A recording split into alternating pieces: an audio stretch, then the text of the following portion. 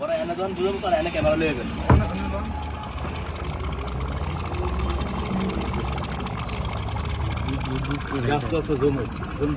আসসালামু আলাইকুম। আলহামদুলিল্লাহ। তো আমাদের সেই সদ্য সুজন ভাই এর কিন্তু এর আগে আমরা ভিডিও দিয়েছিলাম, আমাদের একটা গাড়ি কাজ করাইতেছিলাম, তখন কিন্তু একটা ভিডিও করছিলাম এই ভাইকে নিয়ে। তখন আমাদের একটা ইঞ্জিনের কাজ করাইতেছিলাম। তো আলহামদুলিল্লাহ আজকে আমরা খুব একটা গুরুত্বপূর্ণ জিনিস দেখবো, যে গ্যাস সিলিন্ডারে ময়লা জমলে কি সমস্যা এবং কি পরিমাণ ময়লা হয়েছে গ্যাস সিলিন্ডারে। এই ক্যামেরাটা এখানে ধরেন, এই যে দেখেন, হ্যাঁ এই এখন ময়লা বের হবে, এই ময়লা বের হইতেছে, অনেকটা কিন্তু কমে গেছে।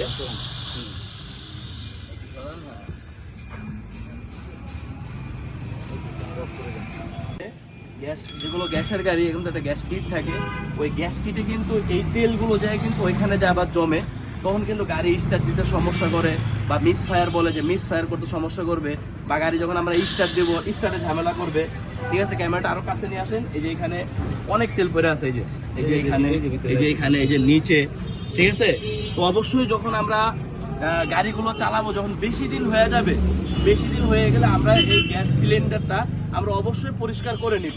ঠিক আছে, আলহামদুলিল্লাহ আজকে আমরা বুঝলাম গ্যাস সিলিন্ডার আমরা কিভাবে পরিষ্কার করবো। যে এই সুন্দর মতো এটারে এরকম নিচে সাইড নিচে দিয়ে দিতে হবে, আর এই যে উপরটা এইভাবে উপর করে রাখবেন।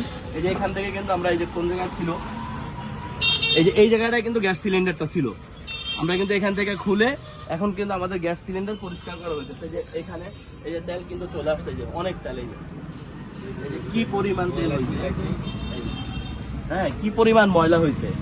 তো যাই হোক, যারা আমার ভিডিওগুলো দেখেন আশা করি অবশ্যই ভালো লাগে, এবং যারা ড্রাইভিং শিখতে চান আমাদের এখানে সরাসরি যোগাযোগ করবেন। আমরা কিন্তু খুব যত্ন সহকারে এবং খুবই অল্প টাইমে ভালো মতো আমরা ড্রাইভিংটা শিখিয়ে থাকি। আর যারা অবশ্যই এই যাদের গাড়িতে এরকম গ্যাস সিলিন্ডার থাকে, যারা শুধু তেলে চলে গাড়ি, তাদের কিন্তু এই গ্যাস সিলিন্ডারটা লাগে না। যেগুলো গ্যাস সিএনজি বা দেখা গেলো আমরা এলপিজি করি, সাধারণত সিএনজিতেই কিন্তু এই সমস্যাটা বেশি হয়, এরকম ময়লা জমে যায়।